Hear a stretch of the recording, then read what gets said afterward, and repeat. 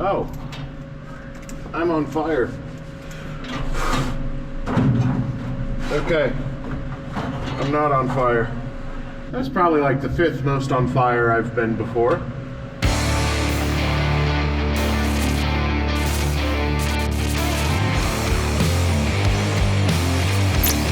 Hello and welcome to the shop. I'm Jared and this is the Questionable Garage, and this is my 1970 Plymouth Sport Satellite. Dream muscle car build. I'm able to put together the muscle car I've always wanted. To me, 1970 B-body, best looking of all. Last episode, we made major progress getting our rear end all buttoned up and our quarter panels on. And today we are going to finish all of the metal work. No, not that. Okay. Today, we are gonna finish all of the outside metal work and get ready to move on later on to the interior. But right now, we need to get drip rails reinstalled. We need to get a roof installed and fitted onto the car. But first, let's go for a little scoot on today's sponsor, Highboy.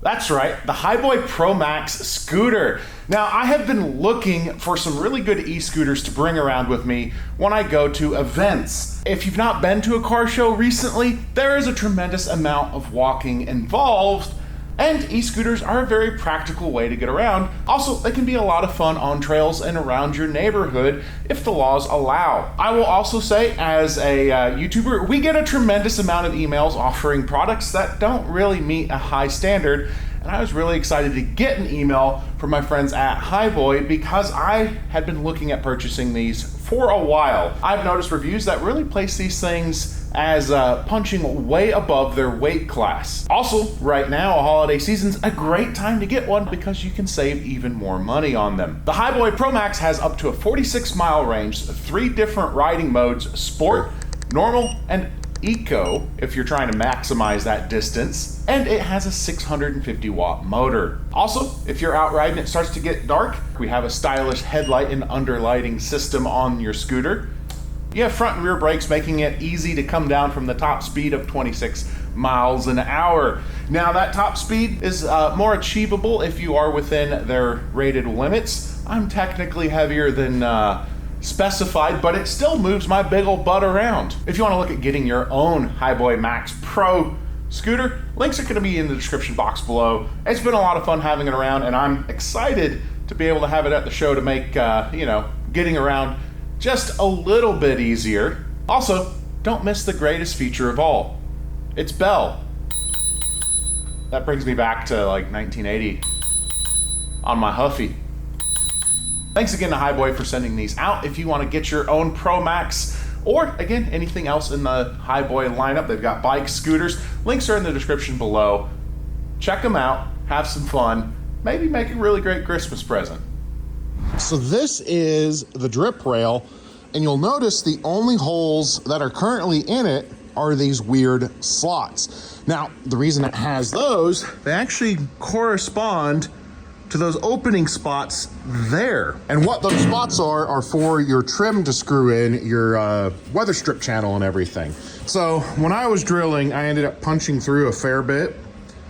That needs some cleanup and prep. If that was perfectly flat, we could put all of our welds here and just go through real quick with our puncher. I'm going to put my holes on the body side and weld from the inside out.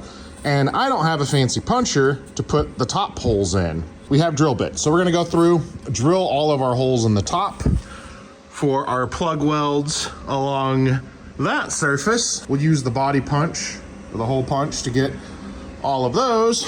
Get this slammed up in there, make sure our weld through primer has a chance to dry, and get this welded up, because then we finally fit the roof skin. And then all the metal work is done. And by all the metal work, I don't mean all of it. There's still doors, there's still finishing, there's still floors, but it'll be a structural car again, which I'm really excited about.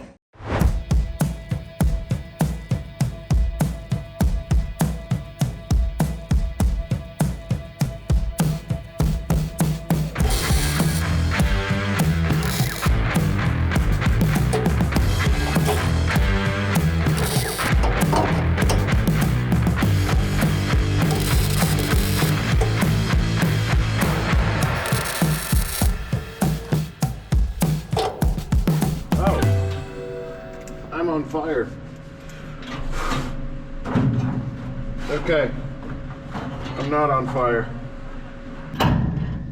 It's probably like the 5th most on fire I've been before.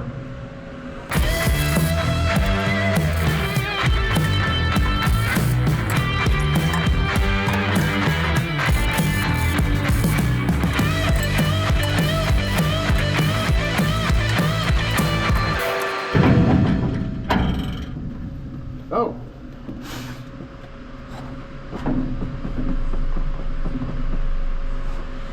That time it was just my blanket I'm trying to sit on for padding.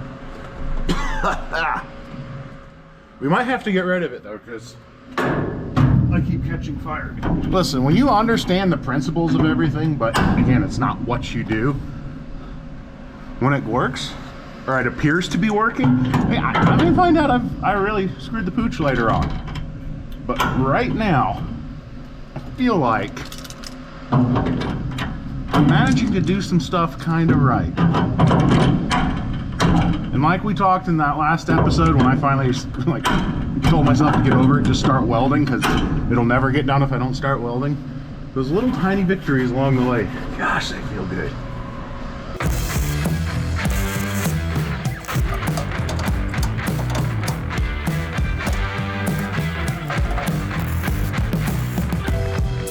Oh.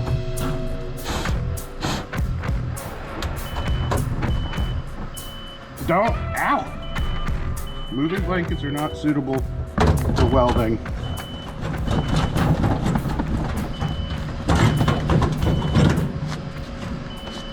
Well, the blanket was on fire, not me, so we don't have to downgrade.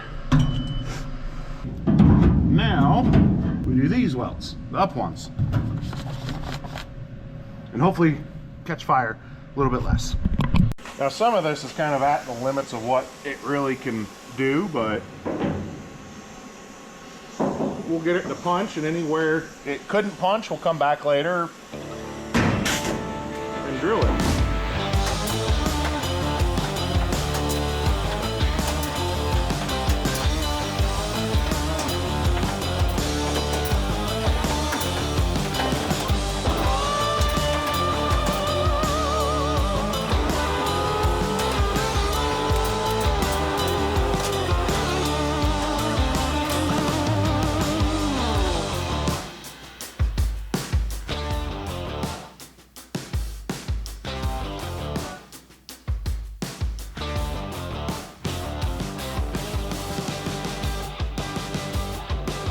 So now we're going to start fitting it, and it's going to be a mixture of some clamps and some self-tapping screws, and we're just going to work our way slowly down the whole thing, because you need to make sure it's butted up tight against everything, you know? Hit a couple spots along here, and we got a couple of different series of clamps that will pull up some, and so we got that seam looking pretty good. Again, as we actually go to weld it, like you'll see, I don't know how Dwayne's going to cut the footage in. When we did that side, and I set myself on fire a lot, we worked the clamps one joint at a time, basically. So we're going to find the hole as low as we can go.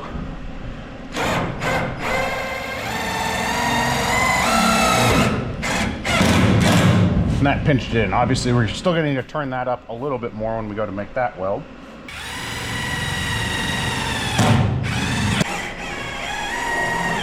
Okay, so that's pulled up a lot better. This is all lining up pretty good.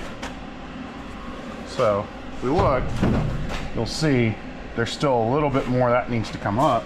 But we can't quite get to all of it. So we rotate that up, hold it, do that weld, and that's going to hold it in that position.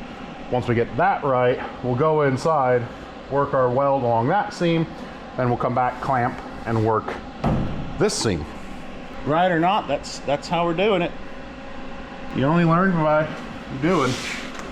If all you ever do is study books but never actually apply the knowledge, you really haven't learned anything. I think that's one of the big problems. We've got a lot of book people without a lot of practical experience behind it. Also, you'll never believe it, I looked at my gauges and noticed my welding gas was about to run out. It was just after lunch. I was able to just go to the store and buy welding gas. Breaking all the rules of when you run out of welding gas. It's supposed to be middle of the night, stop you dead in your tracks, store's closed or something, you know? I think it's against the law to just be able to go to the store and buy welding gas.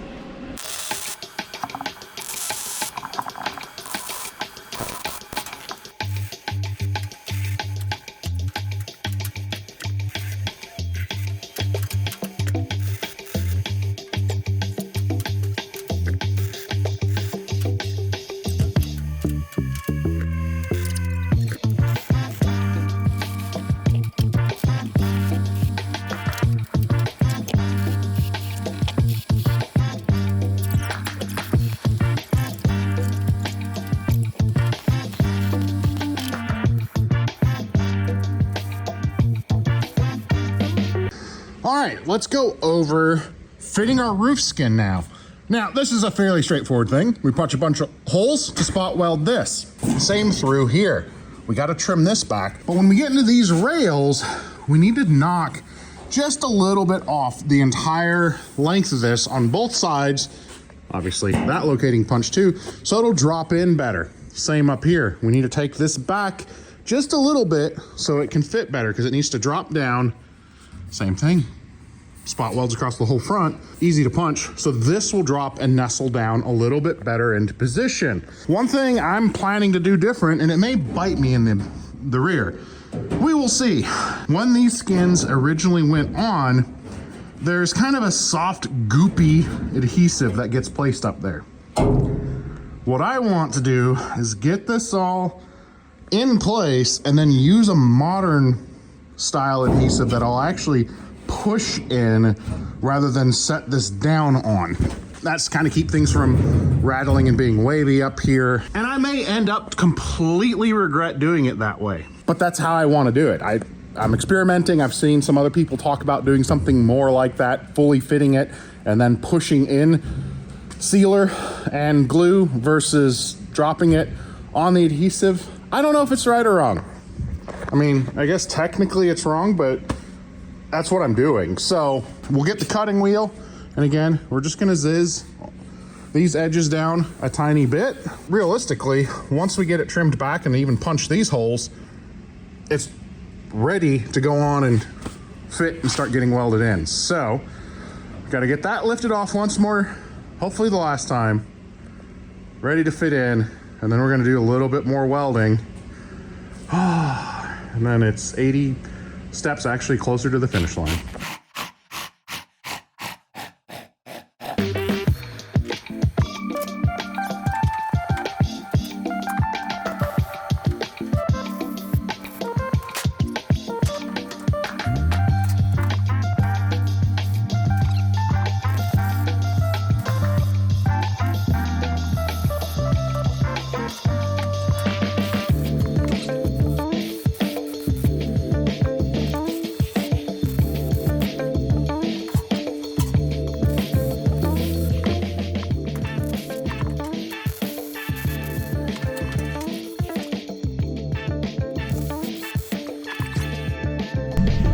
All right, we are doing more work to get this roof skin in, and I'm gonna show you something I'm doing. I'm not sure if it's right or wrong. It's right for me, and I know it's creating a little bit more work for me in the future, but it's getting this roof skin down where it needs to be. Now, this front edge is protruding a little bit too far. You can see I've got a couple screws in place here with it more or less where it needs to be. I need to flatten that lip a little more.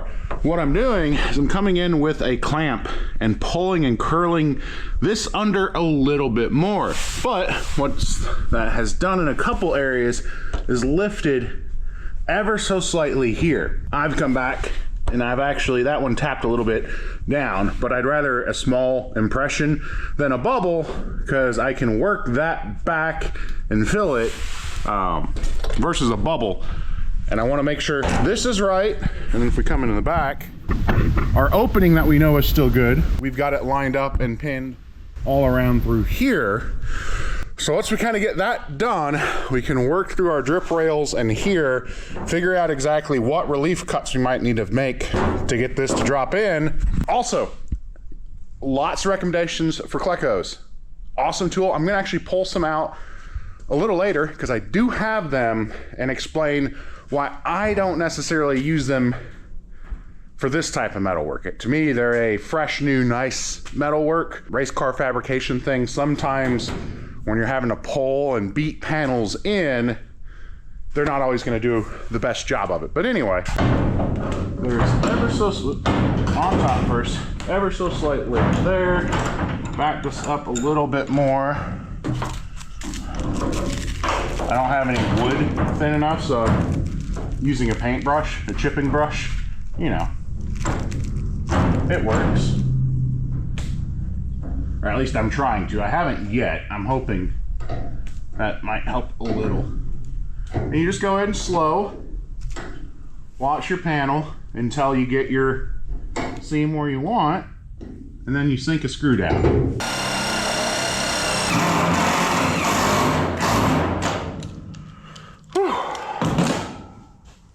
Alright, so that needs some cleanup work. That would help minimize distortion, but that's ready. And then again, now we get to the fun of fitting all of this down and working our way through there. I'm gonna come up with a game plan and then I'll bring you guys back along. All right, I have done the little fiddly fitment and figuring out off camera, and I kind of love my solution. I think it just goes to show that this is an automotive shop, you know, like mechanic shop more than a body shop because of what I had on hand to shim and get things ready to weld. Any of you who have ever built an engine, you'll recognize what that is. That's the number 4, and that's the number 7. My machinist dies, my stamps, they were the absolute perfect width, strength, height, everything I needed to pull this down. Because what's a little bit tricky is even once you have all of that in position, this kind of pulls and then rolls in tight. And there's really not much way to grab and clamp this short of risking more metal work in here. Now, I did need to do a little bit of pushing on that side. Well, here. Oh yeah, I decided to go ahead and put new glass. It was getting so hard to see, I opted to put new glass in there. And what's so weird, I haven't figured out what it is. Smarter people, you see it flickering. It's turning on and off. Something from this camera is triggering the mask. We've got this pulled in pretty good. Originally, I was worried that I was gonna have to make this massive relief cut and drop this all the way down. I'm gonna do a little bit, once I get some of the bigger clamps, we're gonna move back to here, but we might have to do just a real small relief cut and weld like we did for the quarters when we were putting that together, where we cut it and fixed it with fire and sparks, where we brought it up. We might have to do a little bit of cut and bring it down, or we'll see how this will pull in a little bit. There's a little bit more in here. Our glass holes front and rear are looking good.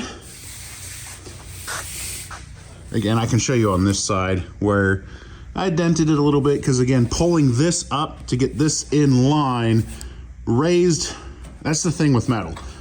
You push this in, it's got to come up or down or side, like things happen. You know, physics, equal and opposite reactions. It's not always equal and opposite, but there's always a reaction to when you're bending and pinching something. Something has to move. And again, rather than leaving it bubbled up, I wanted to go ahead and push it down so when I weld, it'll pinch and lock it in.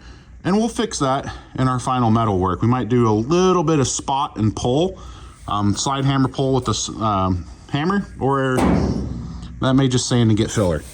But we're going to go inside out, kind of sort of inside out on the roof skin. And then these can kind of get bent to fit in. Now these look really weird. If we go back and if you remember, this is all leaded in.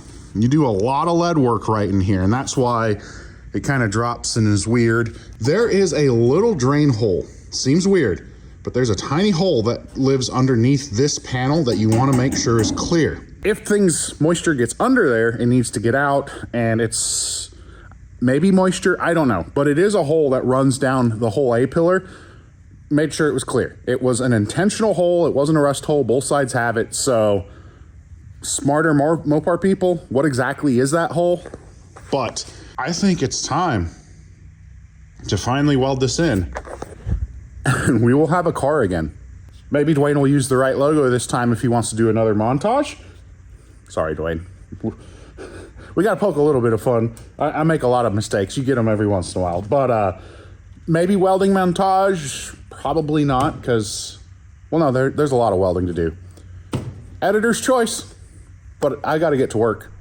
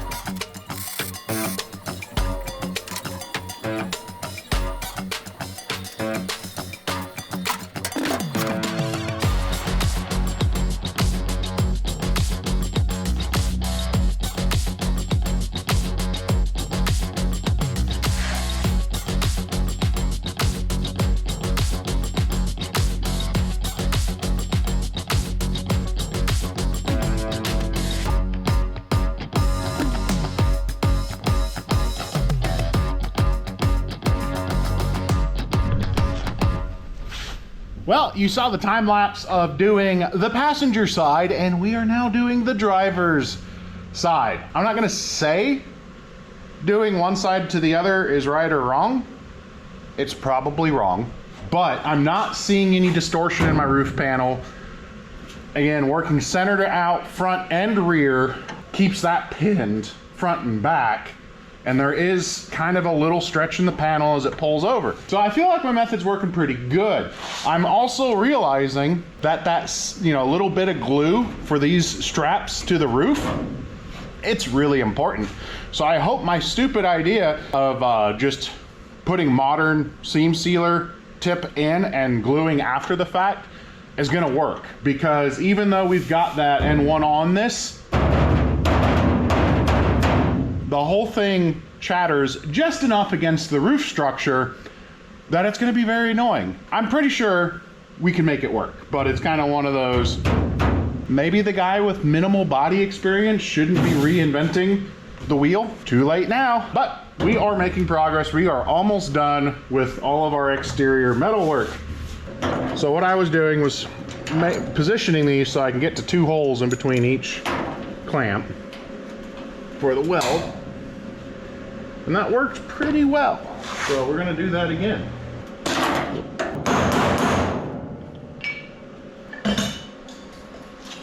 You can just stay on the floor and think about what you just did.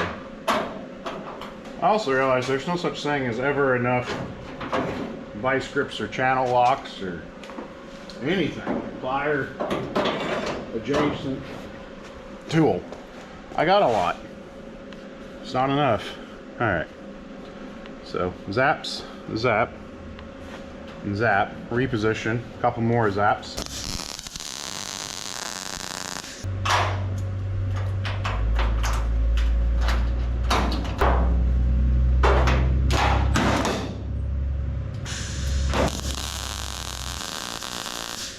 All right.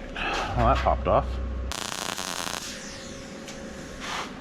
There's been a lot of comments, why don't I use a spot welder? And the one I've got just can't quite get into here, and they sell all the fancy tips.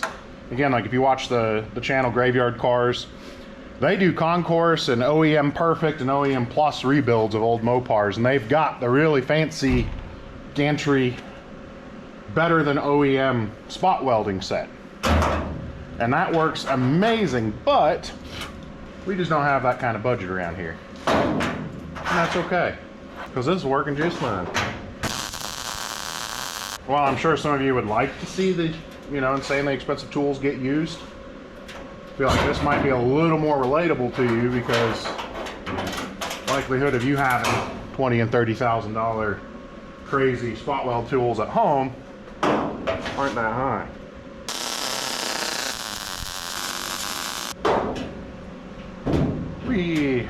So that's just the process. Boom, boom, boom. And again, if you watch, we've not picked up any movement in the roof panel. It's staying where it's supposed to. So I don't know if it's perfectly the right way. Well, no, it's not, but it's working. We're using the tools we got.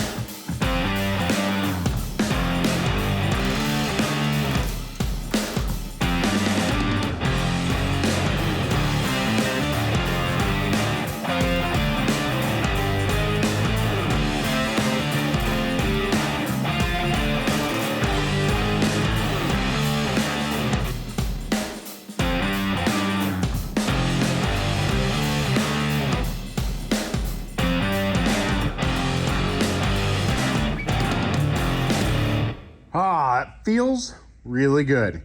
Didn't grind these down, I'm just sealing them up. But even if I didn't, it sits fully below the leading line here. Drip rails are in, roof panels in.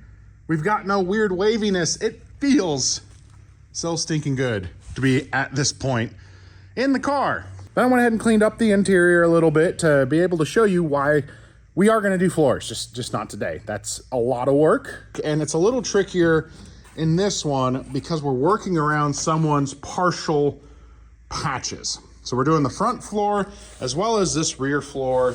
We've got some small holes. I could just patch that, but that section, not as catastrophically awful to change. It's not fun, but it's easier to do. And I figured rather than putting in a patch line, I can swap that whole thing out.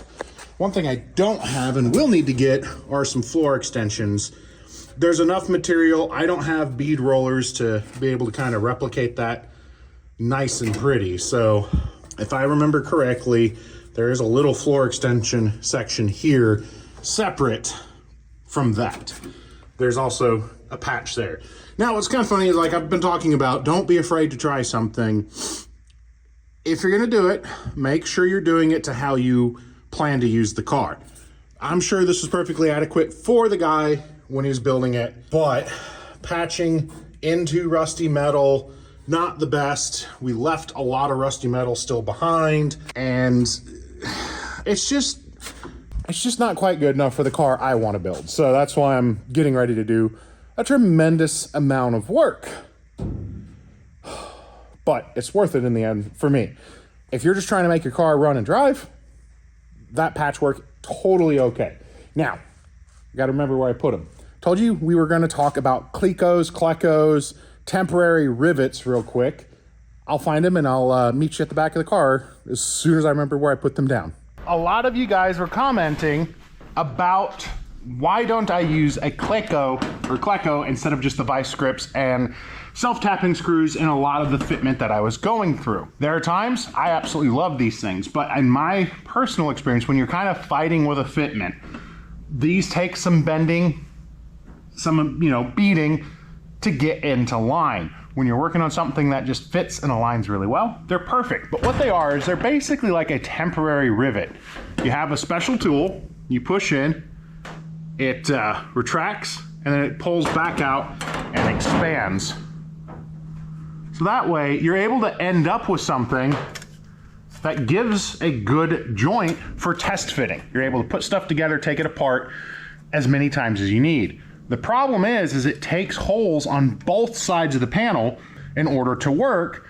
Now, obviously, self-tapping screws, you're gonna have holes on both sides of the panel, but this needs it for every single one that you're using. And generally, you space your self-tappers out a lot more than you potentially would a Cleco. Cleco, I don't know. What do you guys want to call them? Also, as you're, adjusting, if you have to change your alignment at all, that hole is no longer usable by a Cleco unless you oversize it. But if you then oversize it, here, let me take these apart. So we talk about how it works. It pushes and then comes right out. These have to be drilled, fairly exact. But if you're fighting with a panel, you're adjusting a little bit and you end up having to oversize, so that's a quarter, that's roughly 3/16, or no, this 3/16, the other one I believe is a quarter. Come on. It's not a good bond anymore. It pulls through. So when you can use them, it's kind of a lot like the laser welder. Absolutely amazing. Love the heck out of them. They're really good for being able to put something together, take them apart. If you're building like a tube chassis race car and you're fabricating out a bunch of panels, put it together, take it apart, put it together, take it apart, amazing. My personal experience, now granted again, I've not done a ton of body panels like this, is it's a little bit more limited in application here. But thanks for coming to my TED Talk on Clecos and why I don't always use them. So let's finish up the work on the car we're doing today, because I'm feeling good. Feels like a car again, and it's been a long time that this thing has felt like a car. All right, you know what? We won't strip it all the way down, but let's go ahead and take this door off, mount the new door, so we can be done.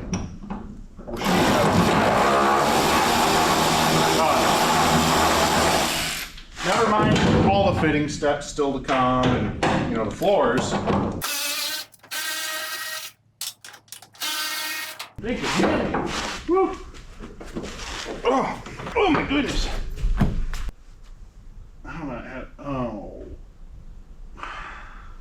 That's. Thought I was done with this. Based on that down there, you guys might have an idea what I discovered. I knew there was some small surface rust that I could see. This wasn't too worrisome. That's worrisome. I'm gonna have to patch with the dash out. And then I saw this, and that goes all the way through. And then down there, the outside of the rocker box is pretty good, but it did come through. I don't know if I can get the angle. There you go. I thought I was down to just 3 patches in the back and floors, but that's how it goes sometimes, I guess. We thought we were done with metalwork. I'm still gonna just bolt the door on to just kind of feel good, even though I'm gonna have to take it right back apart. But now it's pull all the front sheet metal off and the dash to get ready for floors and fixing. We're patching this. We're not doing an entire A-pillar support. We don't need to. We can section this out. We're gonna learn how to do that really good together. And I'm not gonna let that spiral out of control, because I wanna get to the build out stage of, putting this thing together, getting the engine built for it. This was supposed to be a full-on Triumph video. It's not the end of the world. It's just discouraging, but it's to be expected. It's an old Mopar, even though it's been a Southern car. Again, these rocker boxes inside, mint, the best rocker boxes I've ever seen. These cars end up sitting under pine straw and pine trees, and it ruins them. At least for the most part, like all through here, this is pretty good. Let's just clean it up, treat it. We're good to go. And I know that side doesn't have this rot because we had that door shell off before. So I guess next satellite episode, we rip the whole front end apart and we get ready to do some more metal patching. But we're in too deep to stop. So we're gonna keep working. I wanted this to be a fair bit more upbeat video, but you know what? It's still upbeat because we can do floors, because we have welded quarters, we have welded roof skins, we have a trunk structure we never had since owning the car. All of this, none of this existed since I have, when I bought it. And now we have it. A window can go in there and be watertight. So that is really good news. I'm not gonna let it 3 days worth of welding and patching get me down. We're going forward and we're gonna keep, excuse me, GoPro. We're gonna keep on going forward. Like I said, next episode was gonna be doing floors, but instead, I think we're gonna go ahead and strip all of the dashboard apart, get the front fenders off, and we're gonna get our A-pillars patched up. And maybe some floors too, who knows? It happens. This is real life. Like I'm building a car just like you guys. We're building it in your garage, and sometimes this happens. It's unavoidable. It's part of this stuff. So I appreciate you guys hanging out as always while I get to build dreams and work through some nightmares along the way. But real life, just like you guys deal with. I'm Jared, reminding you guys to always make questionable choices and look out for the rust hole. We'll see ya.